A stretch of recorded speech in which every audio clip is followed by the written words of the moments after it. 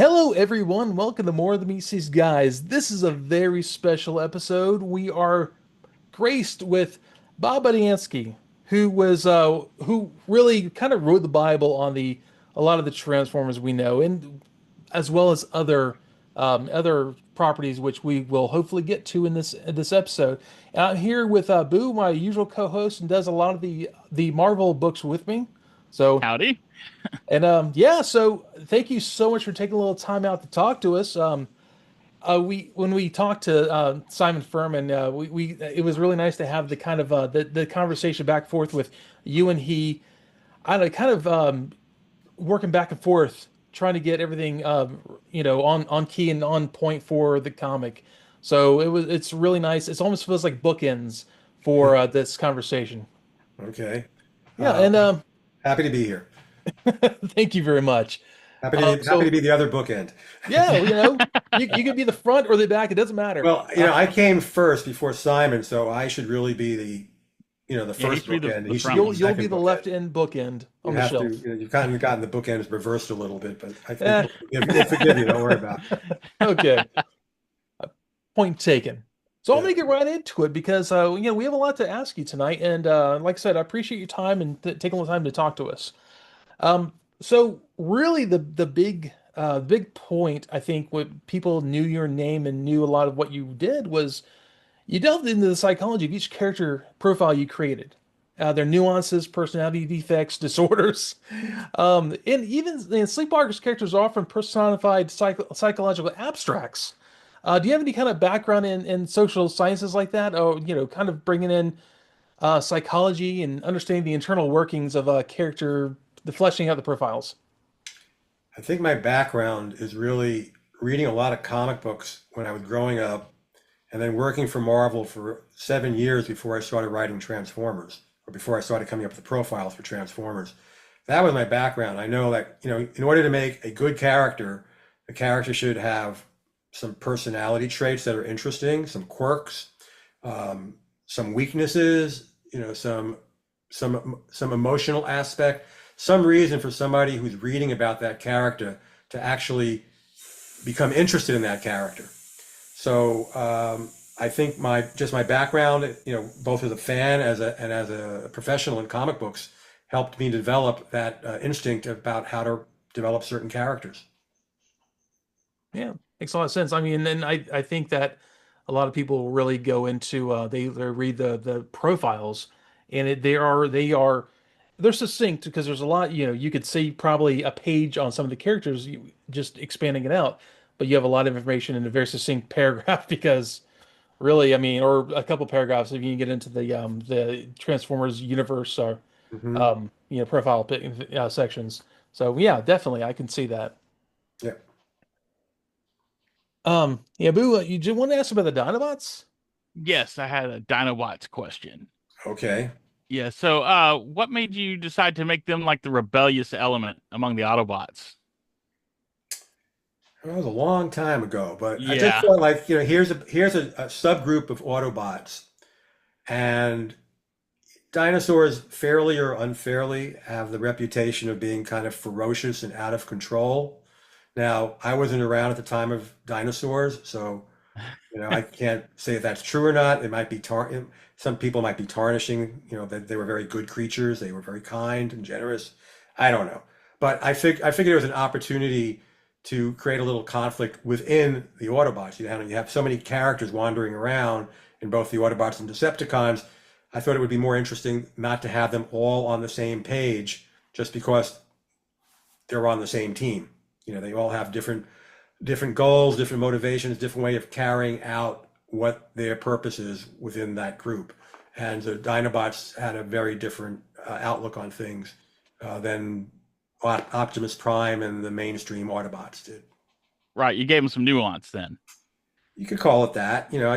I gave them some teeth, like literally and figuratively. Literally and figuratively, like they just had a little more a little more ferocious approach to things. One thing that really separated them was that I made a conscious effort when I first started developing the Autobot characters, especially Optimus Prime being the leader, is like they wind up on an alien world, and they are sensitive and have empathy for the weak fleshling creatures that inhabit that particular world, which is us. The Dinobots did not exhibit the same level of empathy. They wanted to defend the Autobots against the Decepticons, yes, but they weren't so concerned about the people who actually live here. Right. Yeah, I can Good see deal. that. Thank you. Yeah. Well, especially that, because you really, it was the way they came into it was very, really disjointed kind of thing where they wake up a lot earlier, dealt with Shockwave, and there's no, I think maybe acclimation to how things were, and when, they all, the rest of them wake up in 84. So I could see that for sure. Well, I guess there were no humans when they woke up. Very true. So, really, I mean, this may be a hard one for you to kind of, tamp down, but you read a lot of character profiles. Can you, just off the top of your head, and this may be a lot to ask, like I said, can you really tell us which was really the most difficult for you to write? I don't know. I mean, look, I wrote about 250 characters and named about 250 characters. So I can remember some better than others. Some stand out more than others did. I'm sure, without a doubt, that as I got to the 245th and 246th character profile, I was probably running on fumes a little bit. Like, okay, what am I going to say now about this guy that I haven't already said about somebody else? And it wasn't like I referenced all the previous profiles that I'd written to make sure that this one was distinctly different than all the others. I was just kind of hoping that it would be different enough. I mean, just the fact that the toys were different. This guy, originally they all turned into motor vehicles or planes, jet fighters or something. Mhm. And then as the Transformers developed, they turned into lobsters, and they turned into I don't know, scorpions, and like all different characters that it looked different, which by the way that they actually looked, suggested what their personalities might be, or at least certain aspects of it. So that helped to make each one more distinguishable from the others. But still, after writing 250 of them, I can't remember which ones was the most difficult. They all presented their own little challenge. Right. That's Oh, and we fair. totally understand that, that was a long time ago, so it's okay if you don't Yeah, I remember mean, names and I then can remember like a specific guy, here or there, like, oh, here's what inspired this character or that character to some right. extent. But And yeah, there's a lot, there's a lot to choose from there, a lot of characters. and I can definitely say that like even as it went further on, down the line of new characters all the time, I really liked so like for instance, we really saw shades of maybe not completely on the message of the team would be like Thundercracker, which is something that's carried on to of the other comic books. They've really taken that idea of not fully being behind a cause and expanded on it every time. The comic books are reimagined by a new company. There's a lot of using of your profiles to really build that deeper connection with the character. So like it got to the point later on where you have, you know, characters that are supposed to be Autobots are kind of sociopathic, but they're not all white and black. There's a lot of gray in there. So I think there's a lot of I'm glad appreciation. other writers are having fun with characters that I helped to develop way back when. But Oh I yeah. don't follow what other people are doing. It's not my business to follow what other people are doing unless I'm having interest in reading those books. Um, but I'm happy that people are still picking up some of my ideas and expanding upon them. Yeah, Robert Kirkman's doing an arc right now about Thundercracker questioning the Decepticon cause and switching to the Autobots, which came from your first profile about him. Really? Oh Okay. Yeah. yeah. It's Well, actually okay. More very power to him. yeah. It's interesting you mentioned Robert Kirkman. So Robert Kirkman is also a fan of Sleepwalker. Oh Yes. really nice. Yeah, and way before I became aware he had anything to do with Transformers, this goes back to the 2000s. And yeah, he actually collected original Sleepwalker artwork from Brett Blevins, Oh, uh, nice. the original Sleepwalker artist, and now he's riding my coattails to some extent, I think. You know. I It's was going to mention that is that yeah, because he was trying to do like a Sleepwalker revival a few years back. Yeah, back in the Yeah. 2000s, exactly. That's Yeah. exactly true. Yes, and Marvel canceled the project before he got very far, from what I understand. Yeah. Yeah. He It, wrote it one issue that got printed, and even that issue, Sleepwalker only showed up on the very last page, I believe. Oh, the big reveal. Like, whoa, it's Sleepwalker. And wait till the next issue, which never got printed. So, oh, that's terrible. I'm sure that Well, happens a lot in the industry. yeah, I guess so. Sometimes, yeah. Yeah. yeah, it's just it's kind of neat to see, like, you without realizing you were doing, I think you kind of laid out the Bible for a lot of these characters, and it really carries on because we you read these character profiles, and they are more fleshed out than a lot of people expect. And they really, well, you may have at a time, like we've on the show here talked to like Michael Charles Hill and Buzz Dixon, and they think like, yeah, it was a job. I just wrote something I thought was really neat, and I moved on to the next thing. But people, I think, booze of my age, we clamped down because those were profiles of characters that I don't know, we saw something we really liked in it, and we went from there and really enjoyed what we read, and it carried on. I mean, it's 40 years later, it's Yeah. carried on. So yeah, definitely, you really laid the Bible, as it were, Well, for glad to the hear series. that. Now, just to jump on what you quoted Buzz Dixon saying, I say the same thing. People ask me all the time. I go to conventions, I have panels, I get questions from fans coming up to me.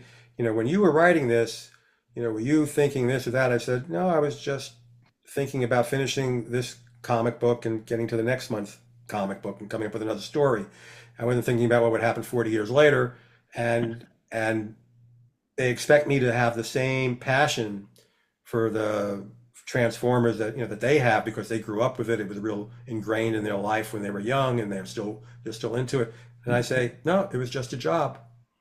It's just a job, It's but it was a different job when that I it really doesn't exist enjoyed, yet. and I tried Yeah. to do as good a job as I could at the time. Yeah. Right. Yeah, because when you're dealing with it, it didn't even exist yet. You were just making it because that was the job to do. Yeah, yeah. Like Yeah. it was a job. Also for me in particular, it was an opportunity because I had come into Marvel in editorial, and then my ultimate goal was to become an artist. So Hmm. I was a pencil artist for a while, and then I came back on staff as an editor. But I wasn't known for writing. I was just kind of dabbling in helping plot some stories with other writers and so on. But I hadn't come into my own as a writer yet. So Transformers was a great opportunity, in addition to being a job, for me to show that I can write. So I'm very appreciative that my boss at the time, Jim Shooter, he was the editor in chief. He agreed to let me write the book. Well, actually, he agreed to let me edit the book, and then a different editor let me write the book, I should say, to be specific. Yeah. Yeah, That's fair. yeah. So in the early comics, you did like a long build up towards Circuit Breaker's introduction. And Okay. what inspired you to create her character? The main thing was I felt that if the Transformers are on Earth and they're surrounded by several billion humans, that the humans should be more than just people like running away in terror. They should there should be somebody who can rise up and stand up against the Transformers and has the power to actually defeat them or at least cause damage. And so I made Circuit Breaker, in a very typical Marvel manner. This tragic kind of anti-hero almost. I mean, she was really out for revenge, and she didn't really at least initially, she didn't make a distinction between Autobots and Decepticons. They were all bad as far as she was concerned. And so anyway, I just was looking to come up with a character that could hold her own against the Transformers, who was human. And I also caught on to the name Circuit Breaker. I thought that sounded like a really cool name for somebody to go up against this robotic life form, that has circuits in it. So Right. I put the two together and came up with that character. Yeah, it makes sense actually, and the idea that a lot of the I guess the human antagonists in the comics were very I don't know, it felt very stand up against like what they think is an oppressive force. And because, honestly, you look at a 50-foot robot and you're, squishy looking human, you want to have some sort of idea of that we're not completely helpless. So I can definitely see that for sure. And there was a lot of talk. We as we do when we get ready to talk to people who worked in the industry, we like kind of delve into a lot of the background of different characters, different reasons they did things, and there's a lot of word that J.J. Jackson was kind of like Circuit Breaker's I don't know life model. Like you worked off of someone you knew in the industry, and is there any reason like did you just a friend that you knew that you used the idea from, or I'm not sure who J.J. Jackson. Or, okay, you She's a mean, colorist at Marvel. J.J. Okay. Now I know who you're talking about. Yes, Yeah. yes. yeah, sorry. I don't think I based it on. I mean, I knew her, but and we were friends, and I don't think I based anything on her specifically. Oh, Uh, okay. maybe it was a long time ago. Mhm. I came up with her look, her costume design. I did the original sketch of her. Um, I don't think I was specifically thinking about JJ. Okay. And I knew Yeah, back there then, she was. said in an interview back a then while she was back. Janet, so that's what threw me. She Yeah, was Janet. Janet Yeah, Jackson. Janet J.J. Yeah. Jackson. But now I know she goes by JJ nowadays. No, I don't think so. I I kind of made her. I mean, I made her like a lot of characters. They wore skin tight costumes, and in the case of Circuit Breaker, she went a little further because she's not only skin tight, but there wasn't much of it. There's a Yeah. lot of stripes over her body. So I went a little, maybe I went a little too far for a comic book appealing to 8-year-old boys, but maybe not. Well, we all Um, still Nobody's remember her. complaining. Okay, that's nobody's complaining. So, I know when we did our the arc of her coming, from when she first got hurt to when she became Circuit Breaker, it was to be fair, I think like when you were younger, something like a comic or a story, like with all of us who are comic fans, catches your eye. And back when I was younger, I didn't really look into the ideas that why she would do what she does. Now a little older, I stop back and I read things a little slower and kind of I try to get into the character of it. And yeah, I think it hit a little harder now looking back at it. Where I'm not just reading for the robots. You actually want to read about the story. So it was kind of neat seeing that. oh, good. Yeah. Yeah. Yeah, I mean, she was just like an innocent scientist or something like that, caught in the middle Yeah, of a fight between Transformers, and she got crippled as a result, as I recall. Yeah. exactly. As I recall, and so she was perfectly justified in feeling a little bit of hatred toward, Right. toward these characters. Even though she couldn't distinguish between good and bad. Yeah. Definitely. So, when I guess the whole franchise was first forming, did the Sunbow group, did they consult with you on any of it? So the way it worked was, and some of this is before I got involved, so I'm just kind of putting two and two together. Marvel and Hasbro got together a couple of years before the Transformers came along, and Marvel made some kind of deal with Hasbro to develop GI Joe into comic book characters and characters, and put out a comic book. And that formula was very successful.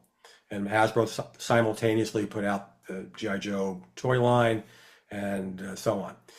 And then a couple of years later, same thing happened. Somebody at Marvel made a deal with Hasbro. Marvel would license these new characters called Transformers.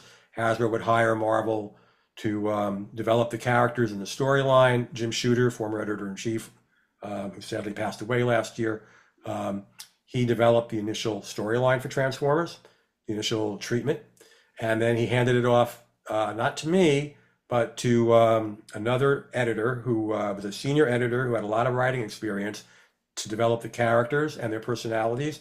And again, I'm not involved yet, so for reasons that I'm not clear about because I was not involved, Jim did not care for what that writer turned in, and he had, I guess, a deadline to turn something into Hasbro by a certain date in November of 1983. And he went from editorial office to editorial office, what was called editorial row at the time, but there were literally one office after another, and went to the offices that had editors who had some writing experience and said, "Hi guys, hi editor, I need these 26 characters. There were 26 initially. 26 characters. I need character profiles and names for 24 out of 26." But he kept two of the names from the previous writer, Optimus Prime being one of them. I need 24 out of 26 of these to be named, and 26 character profiles. I need it on my desk on Monday morning. This is on Wednesday the week before Thanksgiving. So as you might imagine, the week before Thanksgiving, most editors are busy wrapping up some of their projects so they can make an early getaway and go back to Wisconsin or wherever their family is and spend Thanksgiving week with them. And so the last thing they wanted to do was take on a new project to, cram through over a weekend of some toy they never heard of. Luckily for me, I didn't have much of a life going on at the time, and I was a local boy, so my parents lived in Queens and I was in Manhattan. So I said, "Oh, sure, I'll give it a crack." I was like the fourth or fifth choice before he, by the time that somebody said yes, I was like the fourth or fifth choice. So there's no consulting with Sunbow in any of this. To answer your question, Yeah. I turned in my work. Jim Shooter liked it. He passed it on to Hasbro. They liked it. That developed into a continuing relationship, so that whenever Hasbro rolled out a new line of toys, they went to Marvel and they consulted with me directly.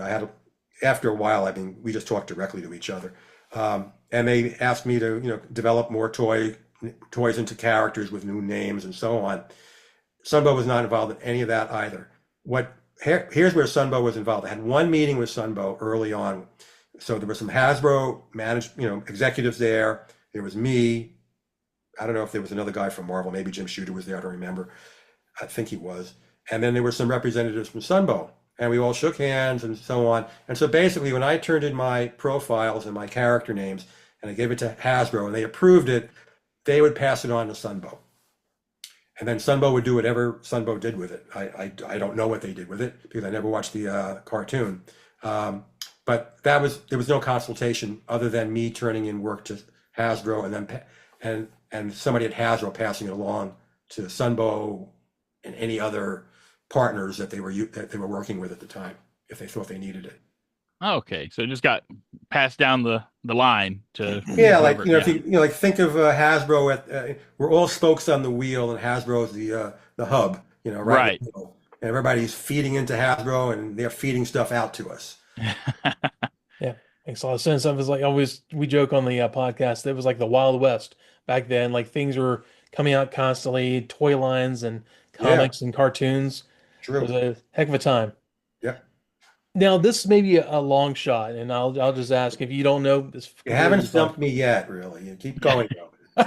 Well, I was a little stumped on my most difficult profile to write, but that's understandable. Yeah, Go ahead. well, so this is kind of along the same lines, so good luck. And I'm not trying Okay. to stump you here. So what do you know what the last text spec, like last character profile you wrote during the original No, Transformers? I don't. No. Yeah, with like writing so many, I can't even fault you there. Yeah. And I mean, it There's kind of it like, kind of goes along with when the toys were released. So, yeah. yeah, what's the last line of toys that I had something to do with writing the profile for? There you go. I don't remember what they were. right. Maybe the Micromasters, perhaps, Wow. or some That characters like that. Yeah, that's what we're wondering if there are any of the Micromasters or Pretenders, any of that, because they still had profiles popping up later, but we Mhm. didn't really know. Like, The Pretenders came out before the Micromasters. yeah, As the characters appeared in the comic book, the only directive I had from Hasbro really was we're putting out this new line of toys. Can you introduce them? And it wasn't even like, can you introduce them into the comic book? Even if they only showed up for a panel. I mean, there were so many characters crowding into that book. It was really difficult to give everybody equal weight. But I would, make at least a cursory attempt to like feature them for a panel or two, and then maybe forget them for the rest of the book. Hmm. And then maybe focus on a couple of other characters and make them more prominent. But that was always what was going on behind the scenes. Like they were pumping out more toys, and I was finding new ways to introduce them into the comic book. Yeah, and like considering early on, I mean, it feels like early on it wasn't as much of like throw everything in the wall and see what sticks. It was more like he had a very core group, and then they introduced new characters here and there. But like I think by the end of it, it felt like here's all of these characters, put them in the book somewhere. So I can definitely imagine you're trying to find. And I also slaughtered a lot of them toward the end of my writing because they weren't being produced as toys anymore. So Hasbro Mhm. didn't care if they ever showed up again in the comic. I Yeah, was about to mention the Underbase saga when you cleared That a was lot it. of them Yeah, out. Yeah, that was it. Yep, that was it. That's yeah, and exactly that it. it is funny actually. Weirdly enough, a lot of kids in the '80s when they're watching, either the Transformers show and movie, reading the comics, whatever it was, that was our kind of first introduction to some of our favorite heroes having, mortality. It was an interesting thing because we didn't always grasp what that meant. So having death of a character is a very interesting concept to 8 or 9 year old. And Well, I looked at it a little differently now. I understand that the readers would get that impression from a big battle scene strewn with bodies of all of these Transformers, chopped to bits or whatever. Mhm. I grew up reading one of the comic books I grew up reading was a DC comic book called Metal Men. I don't know if you're familiar with Metal Men. I'm not. Are you Okay, though? so it was a fun comic. So Metal Men was seven different robotic like android characters, like with human intelligence. They were all built by Doc Magnus, who was this genius professorial type of guy, Mhm. and they were literally named after metals. Their names were gold and tin and lead and iron and platinum. She was the token female, and trying. I don't know, Mercury. He was the hothead, but he's Mercury, and so on. They all had personalities, and anyway, they would have their adventure, for that comic book, that full length comic book. By the end of almost every issue, they got smashed up. They were wrecks. And the next issue, you would see Doc Magnus repairing them, and they'd go out for the next adventure. So I always looked at the Transformers in a very similar manner. Like if somebody wants to bring them back, and I brought back a couple that got smashed up during my tenure. If somebody wants to bring them back, they can get rebuilt. They're not flesh and blood. They're a bunch of circuits and gears and things like that. Mhm. If you get the right mechanic, you could rebuild them. So there was always that option in my head, at least in my mind. Yeah. Yeah, and they did that in the end. So Yeah, there you go. yeah. Yeah. Now, I wanted to talk about one of your favorite characters that you've said is your favorite, Blaster. Right. And why is he your favorite? Well, he just coincided with, again, he was a character that I needed to introduce because he was in some follow-up product line of toys that Hasbro was coming out with. And so I introduced Blaster into the book with probably some other characters. I think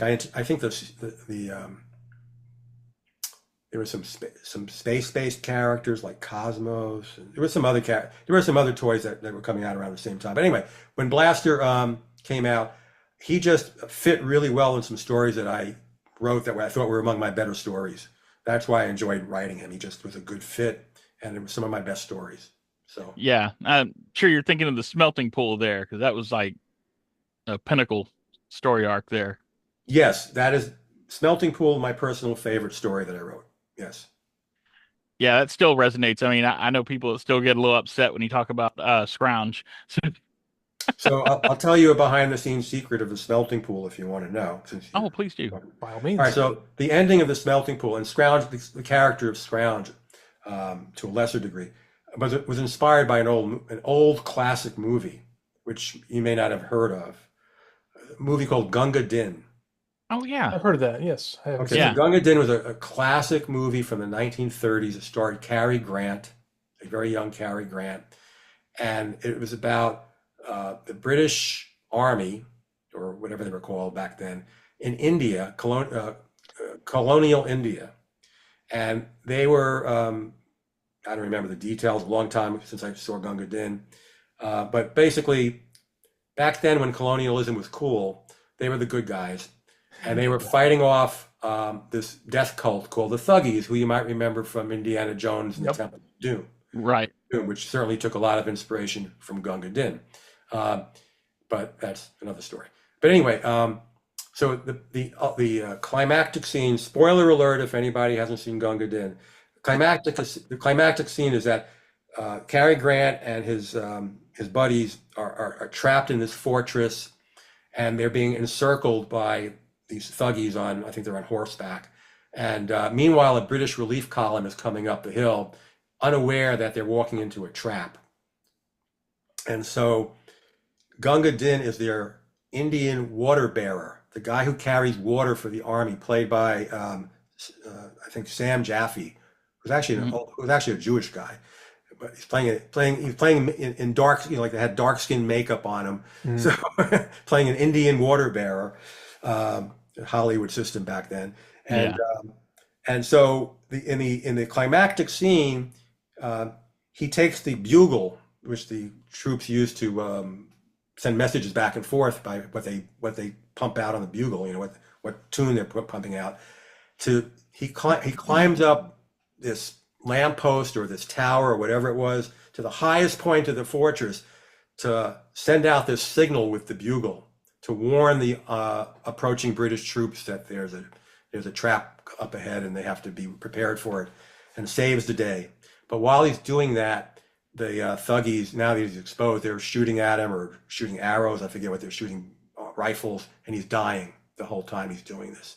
So if you remember the end of Scrounge, he's raising up his finger while he's literally dying to pass along this information to Blaster, to save this vital information. So I took the inspiration of that was directly from my memory of that climactic scene in Gunga Din. There you go. Oh, that's great. Yeah. I'll Yeah. add that to the Go see list. that movie. Yeah, Now it that was you know good the movie. ending, you probably don't care anymore. But You're a better man than I am, Gunga Din. there you go. Excellent. You're right on it. Very good. Yeah. Well, I think that was I think that's what Cary Grant or one of the other guys says at the end about him. After he's sacrificed himself for the sake of his colonial masters. Yeah, that's the famous quote from it. Yep. It sure is. Yep. So I have a few art questions here because I'm an artist myself. Okay. Okay. Did you have any input on any of the character designs? No. No? Okay. No. I didn't know if you drew Well, any of them. other than unwittingly. So I understand, like picking up on the smelting pool, that since I wrote that story, and actually I didn't design the characters, Don Perlin did. We introduced Scrounge and we introduced Straxus. And again, I Yeah. described them, but Don Perlin was the artist. He actually drew them. And years later, I understand Hasbro, at least they put out Straxus as a toy, and I've heard there's been versions of Scrounge also. I'm not sure if that was a fan thing or that was a real thing, but apparently, like Hasbro didn't waste anything. Like anybody pop a new robot into the storyline, and new Transformer, and 30 years later there he is as a toy. So, but knowingly, I never designed any of the Transformers. No. All right. Now you have a background, like you went to college for like civic engineering and transportation engineering. Well, it's called civil, but yeah, civil engineering. Okay, civil engineering. Civil Okay. engineering. Then I was in graduate school for transportation engineering. Yes. How did that translate into becoming an illustrator and an artist? Well, I was always interested in being an artist. So, since I was like 5 years old, I drew. And when I got to college, I joined a college newspaper, which came out 3 times a week, and I joined as an artist. So I was illustrating all these different stories, and eventually had my own comic strip, and I became the graphic arts editor eventually. So I was overseeing the art staff. So I was constantly drawing while I was a civil engineering major, and then I had this opportunity to interview for a job at Marvel. So one of my fellow editors who graduated the same year I did, the arts editor, who's basically like the movie critic and the movie critic, concert critic, that sort of thing. He got a job at Marvel. The year we graduated, he went to Marvel as an editorial assistant in the Marvel British department. But he didn't really want to work at Marvel. He wanted to work on a newspaper in their arts department, in their entertainment department, to become a film critic, which eventually he did. So he got another job at the New York Post, the newspaper, and he contacted me because he knew of my interest in comics and drawing. And he said, "You want to interview for my job as editorial assistant in the Marvel British department?" I said, "Sure." I'd already visited the office a couple of times while he was working there, and so I had a little bit of a feel for it. He said, "Yeah, sure. I'd love to interview for your job." And my friend, his name is Jay. Jay said, "Just don't tell your prospective boss that you want to be an artist. Don't mention that, because if he knows you want to be an artist, he knows that you'll quit at the first opportunity, and he won't hire you." That made sense. So anyway, I took a half-hour phone interview with my future boss. He liked me from the phone interview. He said, "Oh, I know a couple of guys here, but Jay, a couple other guys who met you, they say nice things about you. Can you start work on Monday?" because that was Jay's last week. This was a Wednesday. He said, "Can you start working on Monday?" It was in May of 1976. So I said, "Yeah." So I dropped out. It was the end of the semester anyway, but I hadn't quite finished a couple of my classes. But I dropped out and I took the editorial assistant job at Marvel. And I figured if it didn't work out, I could always go back and finish my degree. So I still have that option, I suppose. But no, it worked out really well. I mean, I started at the lowest rung of the lowest ladder there, but I worked my way up, and I did okay. And I achieved my ambition, which was to become an artist for Marvel Comics. Like a few years later, I was drawing Ghost Rider every month. So Right. I gave that a try, and then Jim Shooter came to me and said, "Well, Ghost Rider gotten canceled. The day it got canceled, I got enough work for the next 5 months as an artist, which was good. So I was in demand. But then he came to me and he said, you want to come back on staff as a full editor?" I said, "Sure," because being an artist was a miserable life. It was long hours, little pay. Right. So I figured, if I become an editor, I'll have like a 9 to 5 job. I'll have like a normal life maybe. And I did. So it was a good choice. And I still dabbled in art while I was there. The starving artist stereotype is no joke. It's a tough way to make a business. It's a tough way to make a living.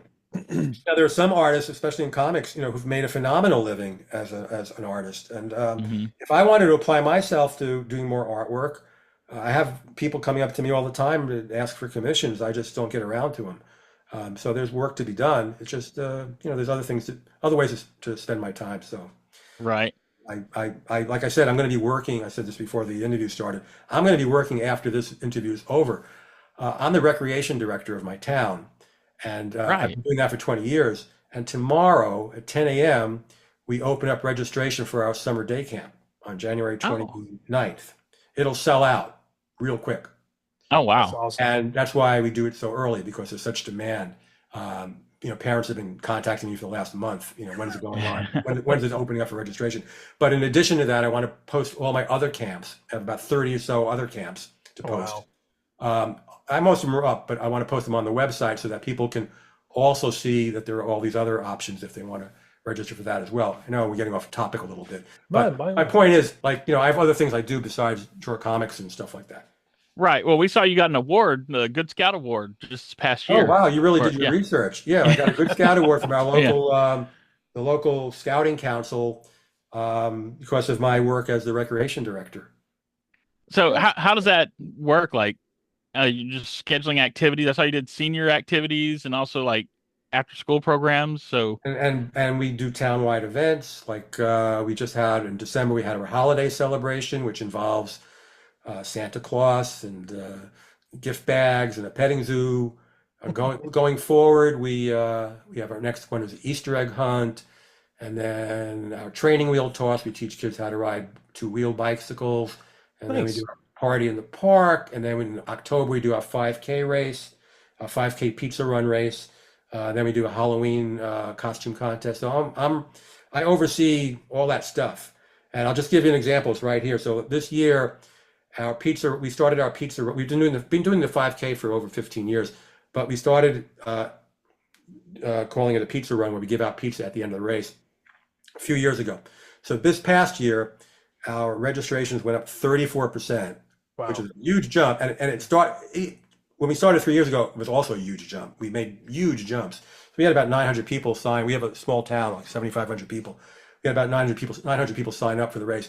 And the reason was because of my art skills. So for the pizza run, we came up with a mascot. Oh, I can't show this to you. The blur. Oh, there it goes. Nice. Let me turn off the blur. I won't look at the See background. better. Okay, it's not that messy back here. It's okay. Where are my background? Okay. Oh, yeah. That's awesome. Oh, cool. So that was on everybody's T-shirt. Families loved it. Kids loved it. We made like one of those backdrops you see at movie premieres. Yeah. Full of this character, so people could, and we made a 4-foot version of this character on a stand-up easel. Wow. So families would gather around after the pizza run, and they'd all get their photos taken with Slicey. His name is Slicey. Slicey. And, I didn't name this one. I could take credit for Megatron, but not for Slicey. Okay. So So everybody just loved this character, and the kids were real excited to get the T-shirts and everything. So it worked out really well. Anyway, so it's among the little side hustles I do when I'm not drawing comic stuff. It sounds like it keeps you pretty busy.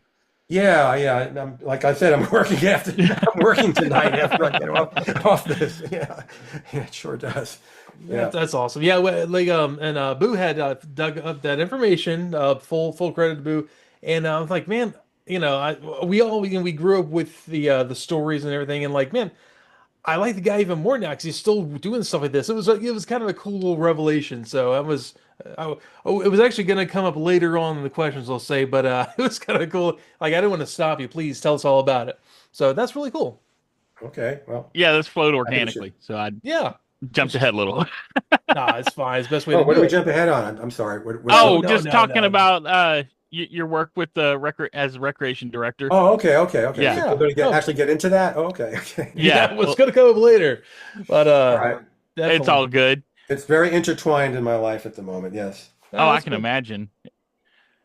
So I guess back to some illustration questions. Okay. You did some of the covers for the Transformers comics. That is correct. Like I know you did like Headmasters #1, and I think issue 47. I think was the one of my favorites with the overbite shark. Oh yeah. Yeah. Any of that here? I have a couple of books here. Yeah. Yeah. So if a cover was of interest to me, I would sometimes draw it. Like the one I wanted to show you. I thought it was in this pile here. The one I wanted to show you was the one with Blaster being swarmed by scraplets. Oh yeah. So that cover, here it is, I found it. The reason I drew that cover was I could explain it to the artist, Don Perlin, what the scraplets look like, or I could just draw it on the cover. Okay. Right. And just Okay. show him this is what they look like, and he was very appreciative that I just drew the cover so he had this as a reference. Rather, like you say, a picture's worth 1,000 words, so it saved me a lot of words. Right. So so if it had a sexy woman on the cover, I wanted to draw it. And if it had, you have the circuit breaker in the Grand Canyon, and you had I forgot her name, was Jessie or something. Yeah. She was on the cover with the Sharktacon or whatever it was called. Oh yeah. Right. Yeah. Overbite. Yeah. Overbite, yeah. Yeah. So, and then there was one with an homage to Bruce Springsteen on the cover. I drew that one.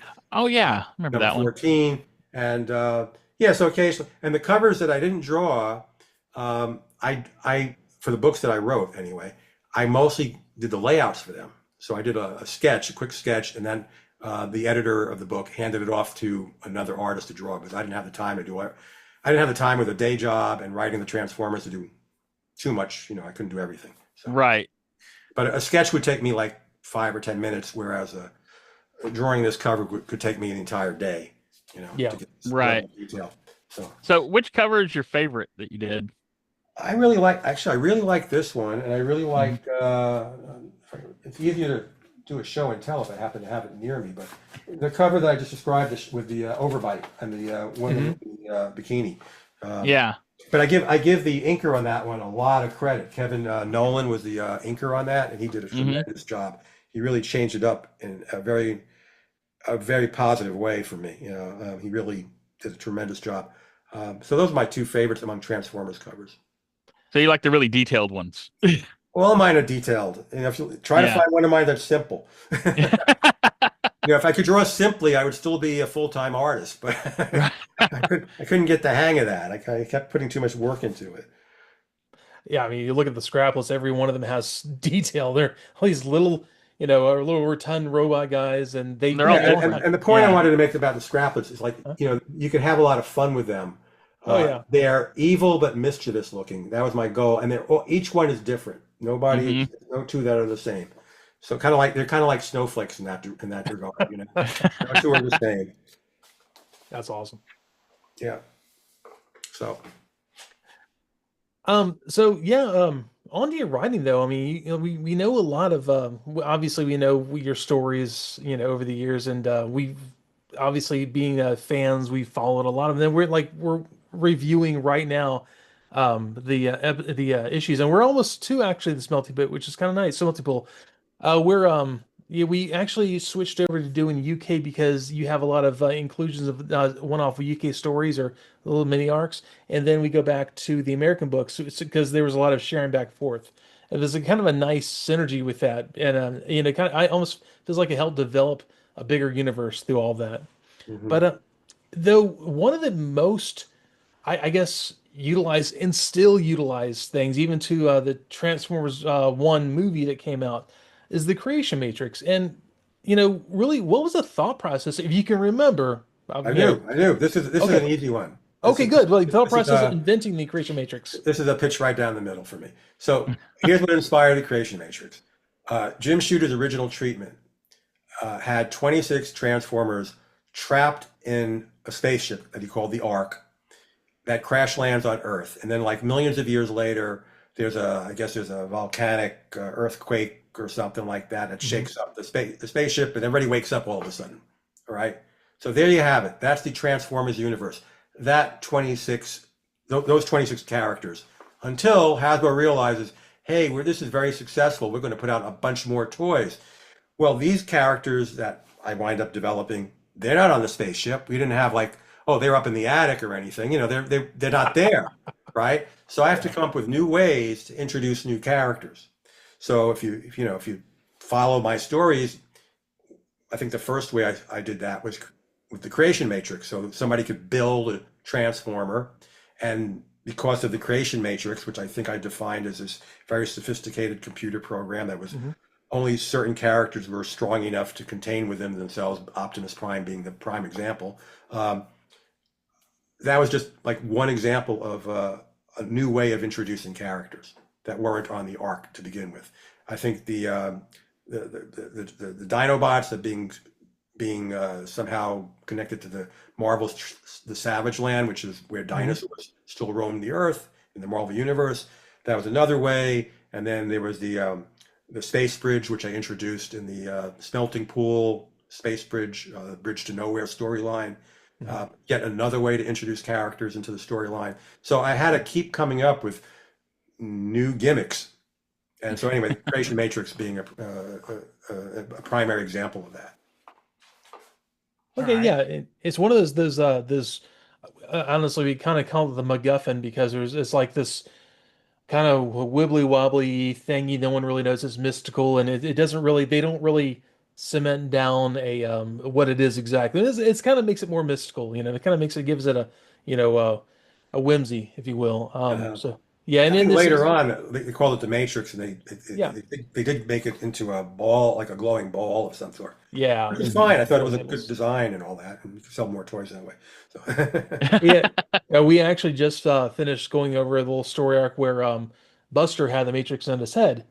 And yeah, right. yeah, and it was kind of neat. Not everyone can handle it, and it was a thing where it was messing with him because what do you do as a teenager with this crazy power in your head? And it was a neat little idea of changing Buster in a way. Mhm. So it almost like he became more mature having to deal with the idea of having it. So. But around the same time, it's notable. There was this and once again, full disclosure. If you don't remember, it's fine. I just everything we were thinking about was we did this. Okay. So there was a big during the shockwave on BlackRock aerospace plant arc. There were some models for some of the Decepticon jets that were to come, like thrusters and ramjet, and they were very much in the art of the pages. You see the forms of them. They weren't created in that arc, but they later appeared on Cybertron in the as pre-existing characters. And was there a plan to have them come out during the BlackRock arc? If they were in that story, Hmm. it wasn't because the artist made a choice on his own. It's because I included them in the story. I don't remember, Hmm. frankly, the specifics of why they were in the story. If they weren't in the original 26 toys, and I don't think they were, They weren't. yeah, then I was probably following Hasbro's orders to introduce a bunch of new toys into the storyline. And maybe I didn't do much with them, and they faded away, and they showed up later. I don't remember. But yeah, anytime like new characters show up, you can correlate it with the release of a new line of toys, pretty much. Yeah. Definitely. Yeah, there was very appropriately done like In that. case you didn't realize it when you were like 8 or 10 years Of old, course not. we were, we mostly Hasbro. We were just being used to to do their bidding, I suppose. But Mhm. the Transformers comic book's basic role in the ecology of media of the toy company was to sell more toys. Okay, Mhm. it may not have Yeah. been as obvious to you if you're reading a story and getting pulled along by the storyline, but it's all about selling toys. It And was a yeah, very successful marketing campaign because apparently it's Yeah. still going. yeah, there was Yeah, a the toys there's haven't stopped. I know. yeah. I mean, IDW brought in new characters, and the Skybounders bring in new characters. I'm sure we'll see them as toys eventually too. Uh-huh. And yeah, it wasn't obvious to us as kids. It was just, we were following the characters along. So, and as the kind of saying goes with the cartoon, it was a 22-minute toy commercial. But we were so compelled as kids watching this Yeah. that we didn't even realize that. And then we saw the new character, like we saw it on the toy shelves. Mom, Dad, I want that. So yeah, I can totally see that the comic books especially. But there's Right. actually there's a lot of background onto some of the characters that really I would say like it gave you a more of a focus on a certain character, which may be in like a periphery to a lot of people, but really early on you had a lot of focus on Ratchet, and and his focus continued through the comic in different ways. But he was the sole survivor and savior of the Autobots, an ambulance. It was there any special reason why you favor that character?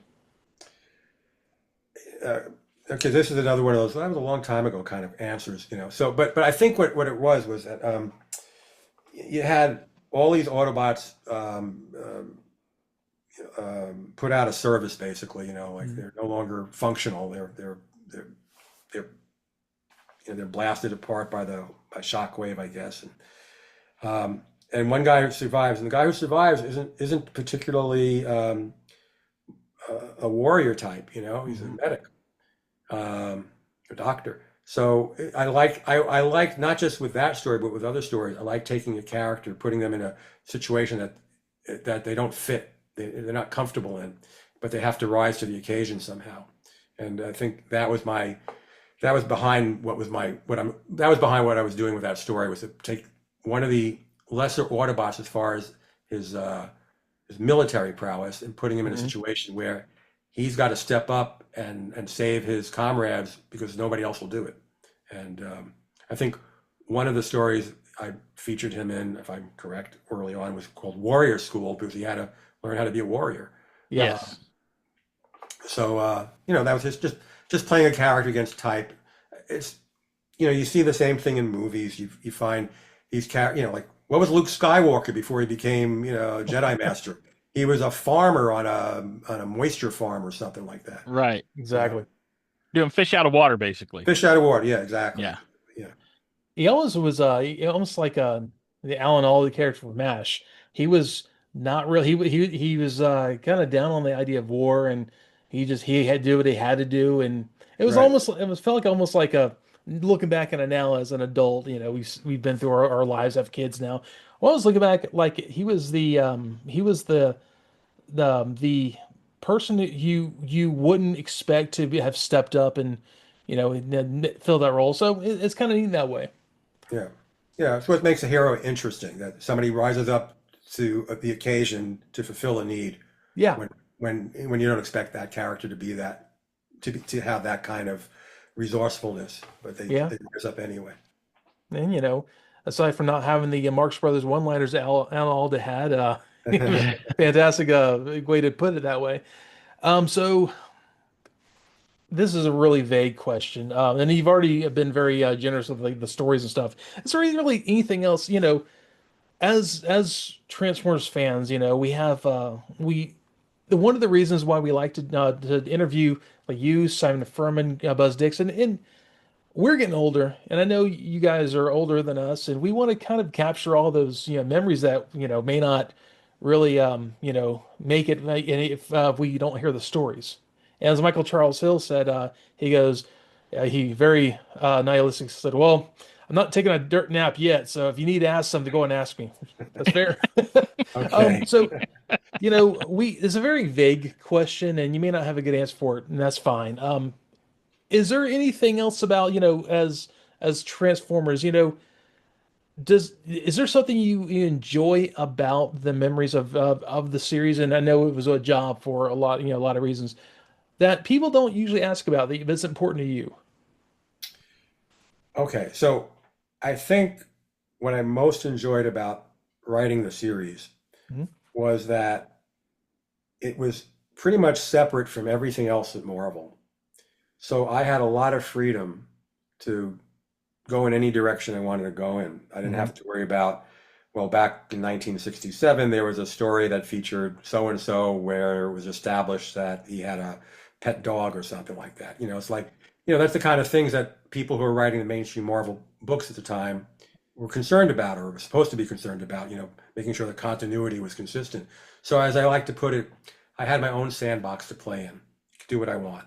So it gave me a lot of freedom. So that was like probably the biggest enjoyment portion of writing the Transformers for me, that I could just go and expand it in all different directions, and there was really nobody there to stop me, other than maybe the Comic Code Authority. I can't, certain things. I was working in comics long enough to know what the limits were of what you could put in a comic book. Yeah. And also like Hasbro, they wanted me to feature the new toys as characters in the book and so on. But still, overall, it was a lot of freedom. So that was very enjoyable. But looking at it today, now it's almost 40 years since I stopped writing the Transformers. What I enjoy is that people still read my stuff and still have things to say about it and still come up to me and or talk to me and tell me how happy they are to meet me because I wrote these stories for them when they were much younger and they got so much out of it. So that's an unexpected bonus. As I said earlier, my only goal when I was working on the Transformers as a writer was to finish this book, this story, so I can get onto the next book for the next month. I was a very short term sort of goal. I wasn't looking 40 years into the future thinking, I'm going to be sitting at a panel someday and people are going to tell me all these wonderful things about their memories of reading my books from when they were from their childhood. So, it's very humbling to think that I did something that had so much impact among certain people, and it still carries forward still has meaning for them. So that's very Yeah. nice. Yeah, I'll say that as much of a fan of Transformers as I've been since I was 7 or 8 years old. Sorry to age anyone here, but it's one of those things that really kind of carries on, and it's one of those franchises that I got away from when I hit puberty and discovered girls, and had more important things to worry about. But then you come back because it's such a dear memory of a better time because we responsibility and such. So it's kind of neat in that way, and also it just has not the same depth of, like, I'll say, a Star Trek or a lot of other things. It has some sort of social commentary that it's become, by accident, maybe by just random happenstance, that's become kind of worked into why we appreciate the characters, why we appreciate the stories. And they're stories, but they're fun stories. We go back and reread stories we enjoy, whether from sci-fi authors, comic books. So it Mhm. has a lot of staying power, which I don't think anyone expected. And like Michael Charles Hill, I mean, he's been on the show a couple times. He wrote intros and outros for the Bozo Show. That's how he got his I think his Writers Guild card. And he says, I never expected this. I love it, but it was just another job for me. And the fact that people still love talking to me about it means that I did the right thing, or I did a good thing back then. That's And right. I would say that, about you, Yeah. you probably didn't even realize, 40 years later, we'd have people who were kids growing up reading your comics, watching the TV shows, playing with toys, that we come up and say, "Hey, you made an impact on us." So Yeah, that I is would true. definitely say that. Yes. It's nice to have a So, legacy. You never know what you can Yeah. do in life that's going to have meaning beyond that moment. So, right. so that's good. So, do you have any good memories? Like, what's the best and worst thing about drawing Ghost Rider? Because you worked on Ghost Rider quite a bit. Okay, the worst thing is easy. That damn motorcycle. Why couldn't he be like Spider-Man and all he had was like this form-fitting costume on his body and nothing else to worry about, But Ghost Rider was a great character to draw, and it was a great opportunity for me. So the best thing about it was probably drawing his flaming skull. The cool factor there. And once again, going back to Jim Shooter, who was the editor-in-chief at the time when I took the book, he made some comment early on when I took over the book. He said, don't think of the skull as like, a real skull is a rigid object, except for the jaw opening and closing. But move, give it expression like a face. So if you look at my Ghost Riders, I'm not the only one who figured this out. If you look at my Ghost Riders, he's making all sorts of expressions. He's squinting his eye holes, and he's twisting his mouth in different ways. I try to give him more an emotional content that you would not otherwise find in a skull. So that was a lot of fun working with the skull and working with the flames. And I still have occasion to draw Ghost Rider, so I keep hold on. I keep this near my desk, reference. So this is where recreation and drawing Ghost Rider cross paths, because as the person overseeing our Halloween costume contest over the years, I've bought a lot of props to decorate the contest grounds, the area we do the contest in. And one of the props had this skull in it that fell off, so I took it. Fell off the truck. It was like one of those things you buy at Target or Walmart or something, and it's a big black drapery thing, and there was a skull in there, and going ha ha ha ha. And so anyway, now it's reference for Ghost Rider. Perfect. Yeah. I'm sorry. Go ahead. It looks like you had a lot of fun on that book. Ghost Rider, yeah. And that's where I first started co-plotting stories. Also, like I first started getting into writing a little bit with Mark DeMattis, the writer of the book.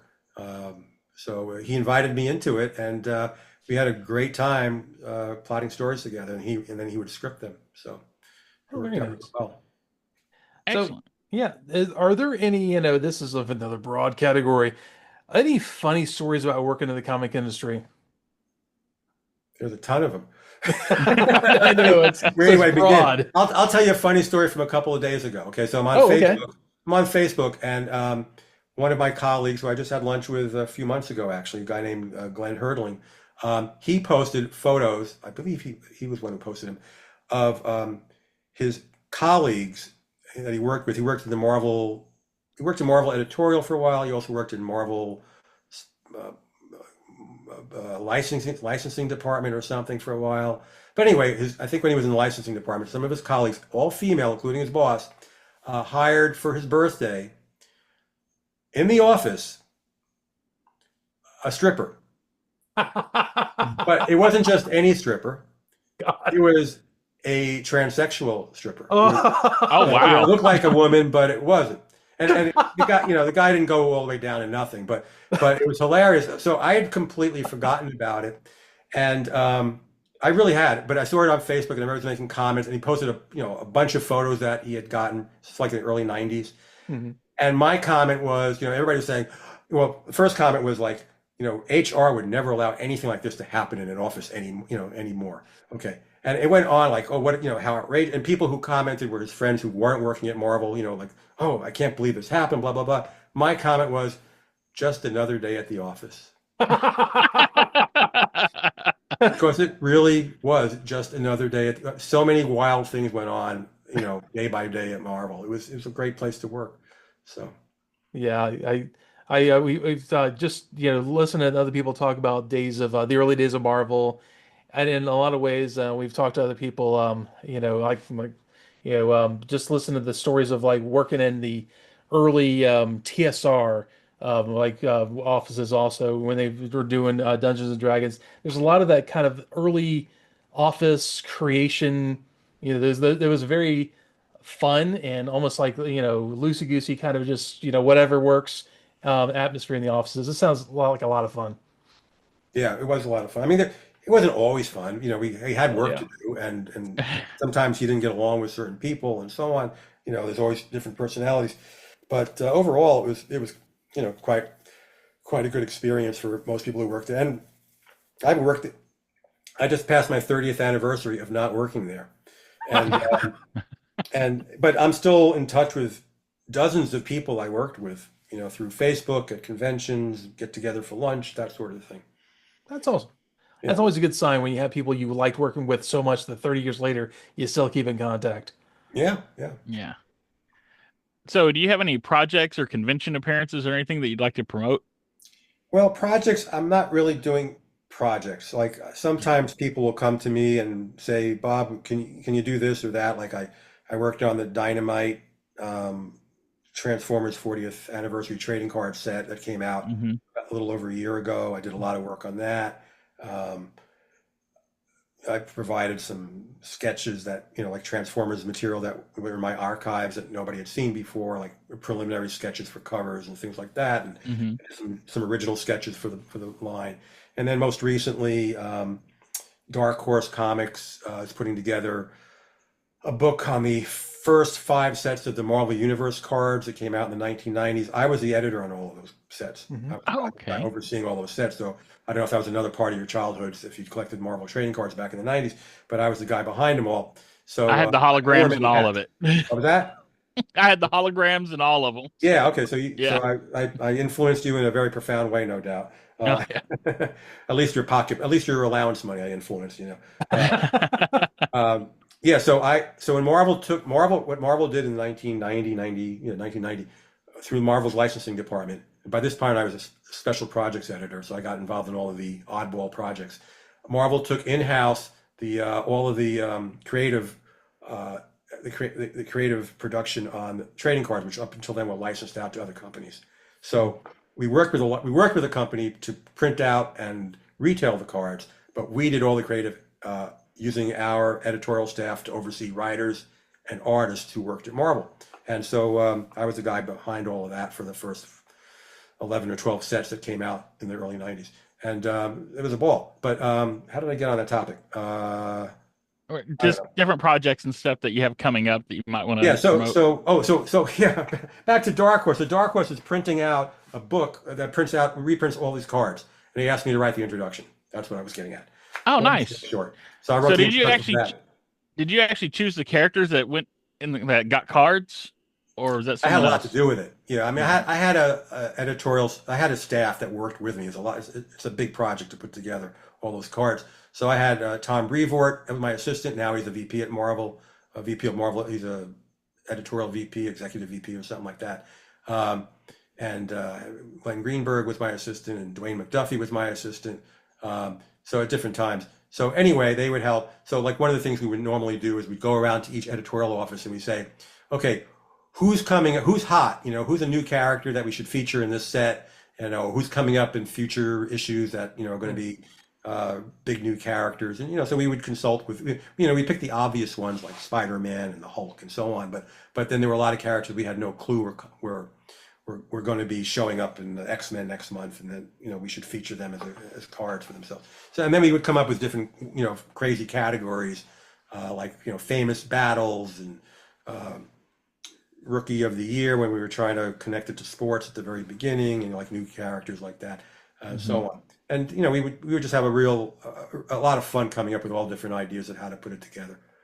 Remember, I was really surprised that Death's Head got a card in that set. Somebody must have said Death's Head. I know he's a British character, but Simon. Yeah, that was a Simon Furman I don't character. think Simon would have had much influence on me because Okay. but I think at the time Marvel did put out a Death's Head miniseries in the 90s. Yeah. Yes. And I wouldn't be surprised if that's how he showed up in that particular set of cards. Okay. Okay. Yeah. So Well, and like any convention appearances coming up here anytime soon for you? yeah. So I've committed to a convention in Lehigh Valley, Pennsylvania, in the first weekend of June, and a convention in Davenport, Iowa. Oh, Why? Because I've never been to Davenport, Iowa. I figure let me give it a try. At the last weekend of June, and I'm committed to a TF Con in Orlando in October, okay. and I have a couple others pending, and I'm just people ask me months in advance. They want to Mhm. line up their guests. I understand, but months in advance, I don't know what my plans are. So between my wife and me, we're making vacation plans, and we don't want to I don't want to get a commitment to a convention in the way of making a plan for some travel. So Oh, Right. what's coming up? Those two, yeah, I those can't three, blame those you. three, those I three. wouldn't want to disappoint my wife either. So I Right. definitely. Got to have your priorities, and I like Yeah. traveling. Yeah. Yeah, like you said, you get to go to Davenport, Iowa. You've never been there. It's kind of a neat thing to Yeah, it's do. not the same as we just came back from Thailand a couple months ago. It's not quite the same, but it's Oh, wow. I hear it's similar, but do they have elephants in Davenport? I don't know, but there are a lot of elephants in Thailand. We met a few. Nice. Oh, Very wow. cool. Look, and I appreciate you coming on here. I want to let you get to your work. It's a real treat, and I appreciate you taking the time out to talk to a couple kids who were in the toy aisle during the '80s when you were putting out Transformers books. So thank you so much for that. Oh, it's been my Yeah. pleasure. Nice talking to both of you. And Yeah, Yeah, thank you. see you By the guys way, again. And next time, Boo, you said you already met me like 15, 16 years ago. Like, yes, sir. come on up next time I'm somewhere where you are and say hello and make sure I remember who you are. Will You'll, do. you'll be able to convince the wife to let us go down to Orlando. Maybe that'd be a good one. Yeah, definitely. Yeah, so thank you so much, and have a fantastic time, and we'll get you a copy of this over when it's all posted. Yeah, please So do. Yes. appreciate Okay. your time, and Yeah, thank you. have a pleasant evening, and You thanks a too, lot for all guys. you did. All right. Thank you. Have a good night now. Bye-bye.